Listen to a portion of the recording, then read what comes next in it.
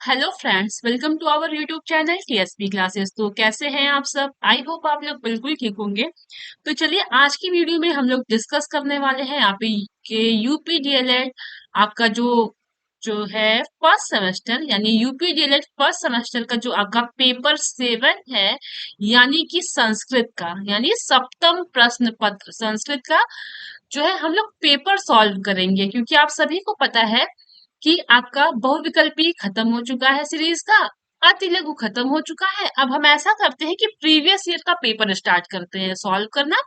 और एक चीज और है, अगर आप 2017 से लेकर 23 तक के जितने भी पेपर आपको कराए जा रहे हैं, अगर आप उसको अच्छे से सॉल्व कर लेते हैं कम से कम 3 बार, तो जो बच्चे संस्कृत में जिनको बहुत डर लगता है कि उनका बैक लगेगा, वो पास नहीं होंगे, या जिनको संस्कृत बिल्कुल नहीं आती है, वो आराम से अच्छे नंबर से पास हो सकते हैं। लेकिन उसके लिए आपको 3 बार कम से कम इस पेपर को सॉल्व करना पड़ेगा। जो चीजें आए हुए हैं उनको याद करना पड़ेगा। ठीक, तो चलिए स्टार्ट करते हैं। तो देखते हैं, ये सप्तम प्रश्न पत्र है, यानी ये 7 नंबर पे होता है। पहले दिन आपका क्या होता है? बाल विकास होता है, फर्स्ट पेपर। फिर आपका शिक्षण अधिगम होता है। फिर दूसरे दिन आपका जो है साइंस होता है। फिर आपका मैथ होता है। उसके बाद आपका सामाजिक अध्ययन होता है। ठीक, और तीसरे दिन आपका क्या होता है? हिंदी होता है। फिर संस्कृत होता है। फिर आपका कंप्यूटर होता है। तो टोटल आपके 8 सब्जेक्ट है। ऐसे 3 दिन में आपके 8 सब्जेक्ट करा लिए जाते हैं। तो चलिए स्टार्ट करते हैं। तो देखते हैं, आपकी संस्कृत के लिए 1 घंटे का टाइम दिया जाता है और 25 पूर्णांक है, यानी टोटल 25 नंबर का है। सभी प्रश्न अनिवार्य है। ये सब चीजें तो आप सभी को पता ही है। क्वेश्चन की तरफ बढ़ते हैं तो देख लेते हैं। तो फिर सभी प्रश्न अनिवार्य है। प्रत्येक प्रश्न के निर्धारित अंक प्रश्न के सम्मुख दिए गए हैं। कहने का मतलब ये है कि सभी क्वेश्चंस आपको करना है और हर एक क्वेश्चन के सामने उनके अंक जो है वो दिए गए हैं। ठीक, इस प्रश्न पत्र में 3 प्रकार के प्रश्न हैं, यानी 3 प्रकार के हैं। आपके बहुविकल्पी है, अति लघु है, फिर आपकी लघुत्तरी है। तो कह रहा है कि बहुविकल्पीय प्रश्नों के सही विकल्प छांटकर अपनी उत्तर पुस्तिका में लिखिए। अति लघु उत्तरी प्रश्नों को लगभग 30 शब्दों में लिखना है और लघु उत्तरी प्रश्नों को उत्तर लगभग 50 शब्दों में लिखना है। अब देखिएगा, 30 शब्दों में लिखना कंपलसरी कब हो जाता है? जब आपका उस टाइप का क्वेश्चन है। अगर आपसे 1 नंबर में 1 वर्ड का क्वेश्चन पूछ रहा है, तो आप वहां पे एक ही शब्द लिखोगे, है ना। आपका सामाजिक अध्ययन तो है नहीं कि आप 30 शब्द लिख दोगे, या तो कोई इतिहास तो है नहीं, है ना। तो जिस तरह से क्वेश्चन रहेगा उस तरह से उसका व्याख्या करके लिखना है। तो चलिए अब हम क्वेश्चन पेपर की तरफ बढ़ते हैं। तो सबसे पहले आपका बहुविकल्पी क्वेश्चन पूछता है। टोटल आपका 5 क्वेश्चन होता है बहुविकल्पी में, और हर एक क्वेश्चन 1 नंबर का होता है। तो पहला क्वेश्चन है आपका, घोटका शब्द का अर्थ है। तो घोटका शब्द का अर्थ है आपका घोड़ा। ठीक, क्या है? घोड़ा। और फिर आगे क्वेश्चन देखते हैं। सेकेंड क्वेश्चन है आपका, षोडश। षोडश शब्द का अर्थ है तो आपका 16 है। ठीक है, षोडश संस्कृत है, इसका हिंदी में अर्थ है 16। चलिए अगला क्वेश्चन देखेंगे। आपका तस्मिन शब्द में विभक्ति और वचन है। तो आपका जो तस्मिन शब्द है, इसमें आपकी सप्तमी विभक्ति है और एक वचन है। ठीक, आपका तस्मिन शब्द में सप्तमी विभक्ति और एक वचन है। ठीक है, चलिए अगला क्वेश्चन देखेंगे। भव शब्द रूप है। आपका जो भव शब्द है वो भू धातु है, मध्यम पुरुष और एक वचन। ठीक, आपको ये सारे क्वेश्चन जो हैं जब आपको सीरीज कराया जा रहा था तब कराया गया है। अगला क्वेश्चन है आपका, उकारांत पुल्लिंग शब्द है, यानी उकारांत मतलब छोटा ऊ की मात्रा, छोटा ऊ की मात्रा और प्लस कैसा हो? पुल्लिंग लिंग हो, है ना। तो देखते हैं, आपका भानु, मधु, विष्णु और अणु। तो वैसे तो छोटा वो सभी में लगा हुआ है, लेकिन मधु आपका स्त्रीलिंग है और अणु जो है वो क्या है? आपका नपुंसक लिंग है। लेकिन हमें पुल्लिंग लिंग पूछा है, तो आपका भानु और विष्णु, यानी दोनों ऑप्शन सही है। दोनों में से आप एक टिक करेंगे तो कोई भी आपका आंसर सही हो जाएगा। भानु क्या है? आपका पुल्लिंग लिंग है और उकारांत है। विष्णु भी आपका क्या है? पुल्लिंग लिंग है, आपका उकारांत है। ठीक, तो इसमें आप कोई भी आंसर टिक कर देंगे तो आपको नंबर मिल जाएगा। ठीक है, चल अगला क्वेश्चन देखते हैं अब हम। दोनों सही है। तो देखिएगा, टोटल 5 क्वेश्चन है बहुविकल्पी में, और बहुविकल्पी 5 क्वेश्चन आपके 5 मार्क्स। ठीक, 5 क्वेश्चन 5 मार्क्स। अब हम बढ़ेंगे अति लघु उत्तरीय प्रश्न की तरफ। आपके अति लघु उत्तरीय जो है वो 1 नंबर का होता है और आपके टोटल जो है 6 क्वेश्चन आते हैं। कितने क्वेश्चन आते हैं? 6 क्वेश्चन। तो देखते हैं, सबसे पहला क्वेश्चन पूछ रहा है इसमें कि निम्नलिखित पशु पक्षियों के नाम संस्कृत में लिखिए। तो आप सभी को मैंने बताया था कि पशु का नाम, पंछी का नाम, फल का नाम, सब्जियों का नाम, इन सब चीज को अगर आप याद कर लेते हैं ना, तो आपको जो है ये सब क्वेश्चंस ज्यादा देखने को मिलेंगे। अभी आपको जब पेपर सॉल्व कराया जाएगा, अभी तो 2017 का कराया जा रहा है, फिर 2018, फिर 19, इस तरह से जब सॉल्व कराया जाएगा तो आप खुद देखेंगे कि चीजें कहाँ कहाँ से फंसती हैं। इसलिए मैंने आपको बताया था कि 1 से लेके 20 तक की संख्या आप याद कर लीजिए। ठीक है, पशु का नाम, पंछी का नाम, सब्जी का नाम और फल का नाम, इन सब का नाम आप संस्कृत में याद कर लीजिए। शब्द रूप याद कर लीजिए और आप जो है धातु रूप याद कर लीजिए। अब आप आगे जब क्वेश्चन कराया जाएगा तो आपको समझ में आएगा। तो छठा क्वेश्चन है, तो इसका आंसर हम देखेंगे। देखिएगा, 1 मिनट। तो आपका छठा क्वेश्चन पूछा था कि पशु पक्षियों के नाम संस्कृत में लिखने थे। तो पहला था आपका गधा। तो देखिएगा, गधा को संस्कृत में बोलते हैं गर्धभ। ठीक, गर्दभ और खरह, जैसे पर्यायवाची होता है एक शब्द के और बहुत अन्य नाम होते हैं ना, उस तरीके से आपके संस्कृत में भी होते हैं। तो गधा को गर्दभ भी बोला जाता है और खरह भी बोला जाता है। दूसरा है आपका तोता। तो तोता को सुकह भी बोला जाता है और कीरह भी बोला जाता है। ठीक, आपके तोता को क्या बोला जाता है? सुकह भी बोला जाता है और कीरह भी बोला जाता है। अगला है आपका मछली। तो मछली को संस्कृत में मत्स्य भी बोलते हैं और आपका मीनह भी बोला जाता है। ठीक, चलिए अगला देखते हैं। बकरी, बकरी को अजह बोलते हैं। क्या बोलते हैं? अजह। ठीक, चलिए अगला क्वेश्चन देखते हैं आपका। प्रश्नोत्तर नंबर 7 दिया है कि मुनीभी शब्द किस विभक्ति और वचन में है। तो आपका जो मुनीभी शब्द है ये शब्द रूप है। आपको मैंने कहा था शब्द रूप याद करने के लिए। अब आप देखिएगा शब्द रूप से कितने क्वेश्चन बनते हैं। तो आपका जो मुनीभी है ना, वो मुनि शब्द का आपकी तृतीया विभक्ति बहुवचन का रूप है। आपका तृतीया विभक्ति बहुवचन का रूप है। ठीक, मुनि भी जो है आपका क्या है? मुनि शब्द का तृतीया विभक्ति बहुवचन का रूप है। चलिए अगला क्वेश्चन देखेंगे। प्रश्नोत्तर नंबर 8 है।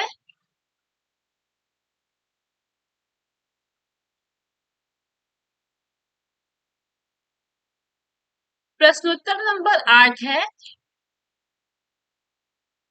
युष्मभ्यम शब्द किस विभक्ति और वचन में है। यानी क्वेश्चन ये पूछ रहा है कि आपका युष्मभ्यम जो है वो शब्द किस विभक्ति और किस वचन में है।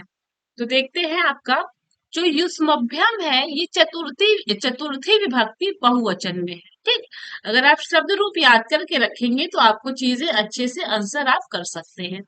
चलिए प्रश्नोत्तर नंबर 9 देखते हैं। तो क्वेश्चन में पूछ रहा है कि संस्कृत में पुरुष कितने होते हैं, नाम लिखिए।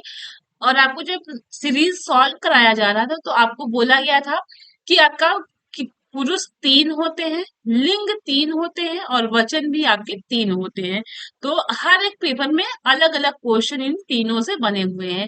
तो संस्कृत में पुरुष कितने होते हैं? 3 होते हैं। ठीक, देखिए कितना इजी इजी क्वेश्चन है। 1 नंबर आपको आराम से मिल जाएगा। संस्कृत में पुरुष कितने होते हैं? 3 प्रकार के होते हैं। प्रथम पुरुष, मध्यम पुरुष और उत्तम पुरुष। ठीक, चलिए अगला क्वेश्चन देख लेते हैं। क्वेश्चन नंबर 10, न्यायात पथम प्रविचलन्ति पदम न धीरा। ये आपका श्लोक है या सूक्ति किसको कह सकते हैं।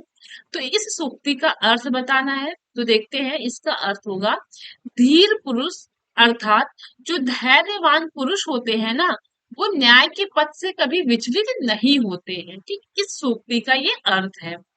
चलिए अगला क्वेश्चन देखेंगे। संस्कृत में लकार कितने होते हैं, नाम लिखिए। तो आप सभी को ये भी पढ़ाया गया है कि संस्कृत में आपके टोटल 5 लकार होते हैं।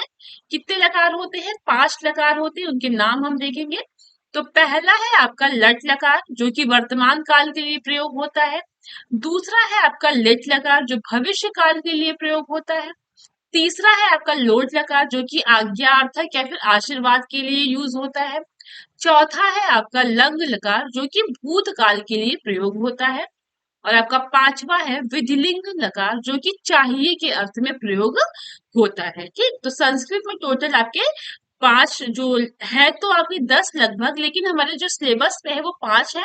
तो हमको यहाँ पे पांचों लकार के बारे में पढ़ना है। ठीक है, तो लट लकार, लिट लकार, लोट लकार, लंग लकार और आपका विधिलिंग लकार। आई बात समझ में? चलिए, अब हम आगे बढ़ते हैं लघु उत्तरीय प्रश्न की ओर। ठीक, लघु उत्तरीय प्रश्न की ओर हम आगे बढ़ेंगे। तो पहला क्वेश्चन देखते हैं लघु उत्तरीय का। देखिएगा, पहला क्वेश्चन है कि लिख धातु का लोट लकार में रूप लिखिए। देखिए आ गया कि नहीं, धातु रूप।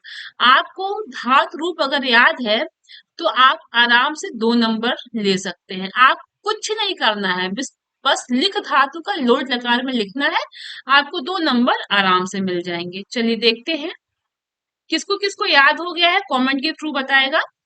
तो लिख धातु लोट लकार में, लोट लकार अभी हम लोगों ने पढ़ा कि आज्ञार्थक के लिए यूज होता है ना। यहाँ पे देखा हमने कि जो लोट लकार है वो आज्ञा एवं आशीर्वाद के लिए यूज होता है।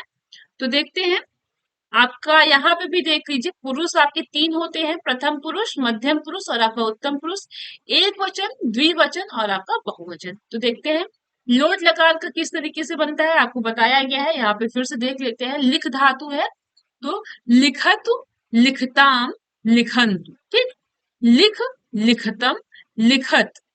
ठीक, लिखानी, लिखाओ, लिखाम। ये आपका लिख धातु का लोट लकार का जो है ये हो गया। हमने तीनों पुरुष में और तीनों वचन में लिखा।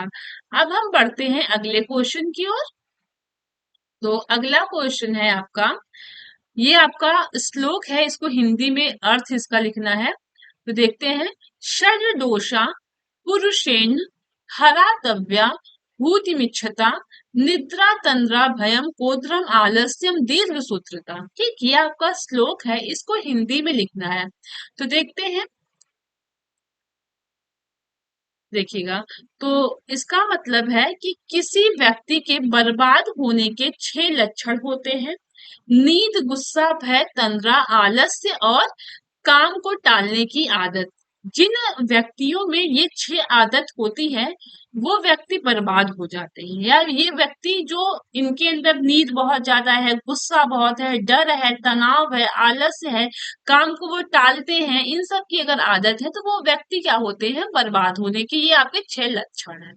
ठीक, चलिए अब हम बढ़ते हैं अगले क्वेश्चन में। प्रश्नोत्तर नंबर 14, यहाँ से ऐसे हम देखते हुए चलेंगे। ठीक है, तो इसमें क्या करना है, ये आपका क्वेश्चन नंबर 14 है और इसका ये आंसर है। तो क्वेश्चन है आपका, वह घर से विद्यालय जाता है। ठीक, देखिए अनुवाद कैसे बनता है ये समझिएगा। अनुवाद के लिए आपको धातु रूप याद होना चाहिए, ठीक, शब्द रूप याद होना चाहिए आपका, और आपको विभक्तियों का ज्ञान होना चाहिए।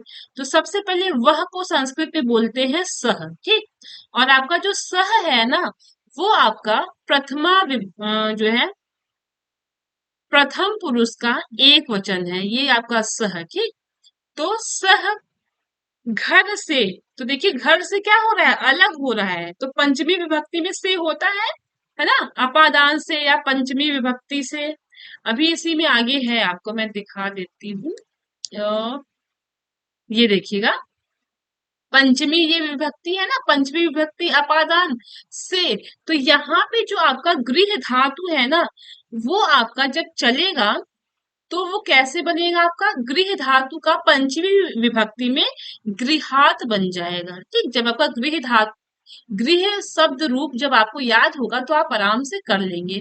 तो सह गृहात विद्यालयम गच्छति, तो सह के अकॉर्डिंग आपका ये लगेगा गच्छति। चलिए अगला है, तुम दोनों संस्कृत पढ़ते हो।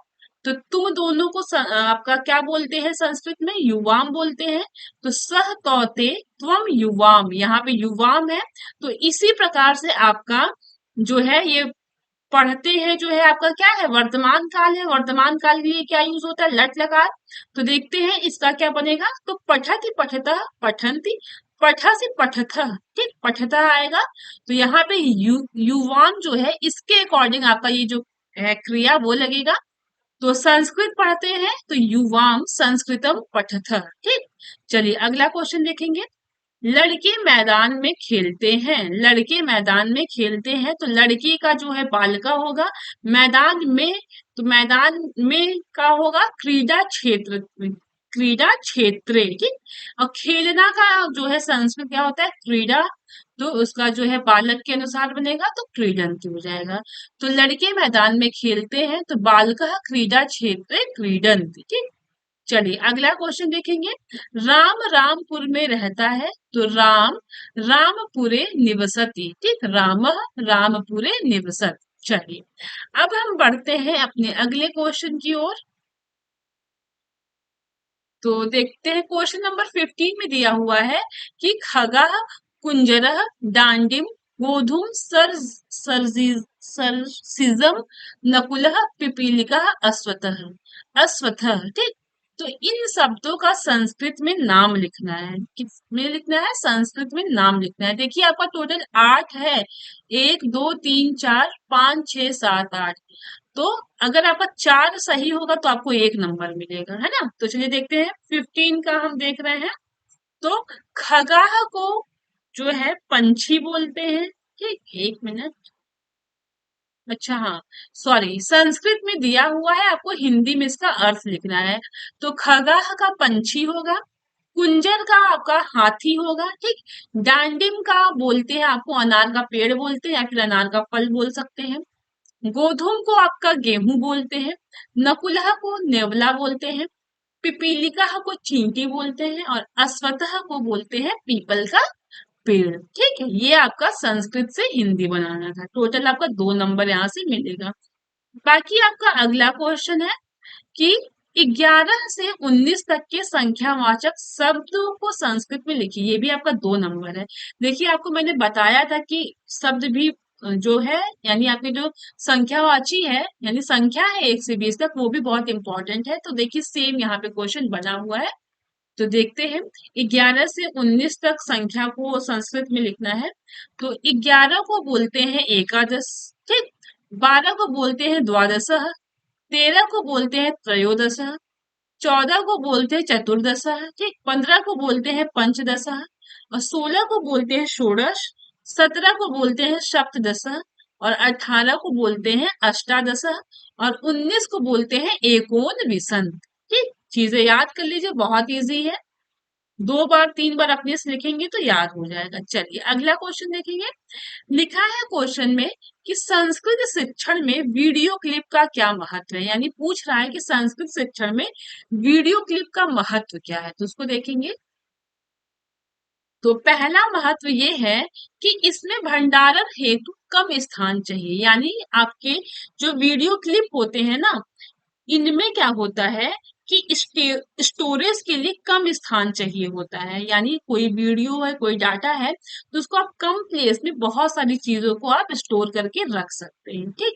अगला है सीखने वाले की उत्पादकता बढ़ाई जा सकती है, यानी आप जो है वीडियो क्लिप के माध्यम से जो लोग सीख रहे हैं उनको और आप लुभा सकते हैं, या तो सीखने वालों की संख्या भी बढ़ाई जा सकती है। क्यों? क्योंकि वीडियो क्लिप के द्वारा बच्चों को या लोगों को ज्यादा समझ में आएगा तो वो आकर्षित होंगे, है ना।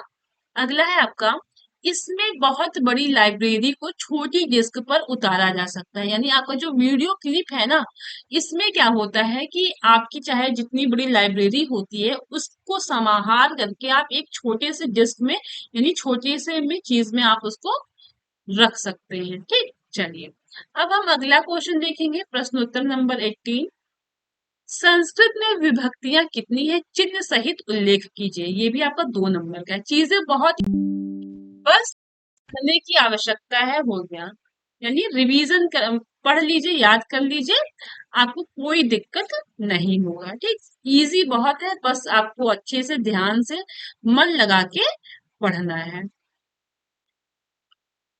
चलिए देखते हैं क्वेश्चन। प्रश्नोत्तर नंबर 18 पूछ रहा है संस्कृत में विभक्तियां कितनी होती हैं, चिन्ह के साथ बताना है। तो विभक्तियां टोटल आपकी 7 है। देखते हैं प्रथमा विभक्ति, द्वितीय विभक्ति, तृतीय विभक्ति, चतुर्थी विभक्ति, पंचमी, षष्ठी और सप्तमी। ये आपकी विभक्ति है। आप जब रूप याद करते हैं ठीक, यानी शब्द रूप जब याद करते हैं तो वहां पे आपको यूज होता है। तो देखते हैं। तो प्रथमा विभक्ति कर्ता होता है, यानी कारक अब हम देखेंगे, फिर चिन्ह। तो कर्ता ने कर्म को करण से या के साथ संप्रदान के लिए अपादान से, यहाँ पे अपादान से यानी अलग हो रहा है, जैसे पेड़ से पत्ते गिरते हैं तो यहाँ पे से क्या दिखा रहा है, अलग हो रहा है। ठीक, संबंध का के की और अधिकरण में पर। तो आपके टोटल 7 विभक्तियां हैं और इनका कारक ये है और इनका चिन्ह ये है। फिर से देख लेते हैं। कर्ता कर्म करण संप्रदान अपादान संबंध अधिकरण, ये आपके कारक है। अब इनके चिन्ह देखते हैं। तो कर्ता ने कर्म को करण से या के साथ संप्रदान के लिए अपादान से, सॉरी, संबंध काके की अधिकरण में पर। ठीक, तो ये आपका क्या है, विभक्तियां हैं। ठीक, और इनका हमने कारक भी पढ़ा। टोटल आपकी विभक्तियां 7 हैं, उनके कारक और इनका चिन्ह हमने भी पढ़ा अच्छे से। तो ये आपके 2 नंबर के क्वेश्चन बनता है। तो ये आपका 2017 का पेपर था, बहुत ही इजी पेपर था। और जिन बच्चों को इसकी पीडीएफ चाहिए वो कमेंट कर देगा, तो इस पीडीएफ को हम आपके टेलीग्राम पे शेयर कर देंगे। ठीक है। और ये पेपर सॉल्व कराया गया वो कैसा लगा, और आपको मैथ का पेपर भी सॉल्व कराया जा रहा है। ध्यान रखिए, अच्छे से पढ़ते चलिए। और आप फर्स्ट सेमेस्टर है, चीजों का आइडिया है नहीं आपको, तो हल्के में मत लीजिए। बच्चों का बहुत बैक लगता है, अधिकतर संस्कृत और मैथ में लगता है, क्योंकि बहुत सारे बच्चों को संस्कृत और मैथ में ही प्रॉब्लम होती है ना। तो यहाँ पे आपको अगर 5-6 साल का प्रीवियस ईयर का पेपर सॉल्व कराया जा रहा है, तो इसको आप 2-3 बार रिवाइज कर लीजिए। आपको चीजें अच्छे से क्लियर भी हो जाएंगी, याद भी हो जाएंगी, और अच्छे नंबर से आप पास भी होंगे। सबसे पहले आप क्या करिए कि आपको जो सीरीज कराया गया है बहुविकल्पी और अति लघु का, उसको कर लीजिए। उसके बाद जो पेपर सॉल्व कराए जा रहे हैं उसको सॉल्व कर लीजिए। ठीक, चीजों को एक जगह कलेक्ट करके रख लीजिए, उसके बाद चीजों को रिवाइज करिए। गारंटी के साथ कह रहे हैं आपका 20 नंबर से कम नंबर आ ही नहीं सकता है। ठीक, तो इसका जो, अगर आप लोगों ने और क्लासेस नहीं देखी हैं तो संस्कृत नाम से आपका UP DElEd first semester Sanskrit Rajan series के नाम से आपका प्लेलिस्ट बना हुआ है। वहां पे आपका जो है बहुविकल्पी अति लघु की सारी क्लासेस मिल जाएंगी, प्लस जो पेपर सॉल्व कराया जा रहा है ना वो भी वहां पे आपको मिल जाएगा। तो चलिए क्लास को यहीं एंड करते हैं। क्लास कैसी लगी कमेंट के थ्रू जरूर बताइएगा, और अपने दोस्तों के साथ शेयर जरूर करिएगा। और एक कमेंट, एक लाइक, एक शेयर से हम मोटिवेट होते हैं, तो ऐसा जरूर करिएगा। Okay, thank you.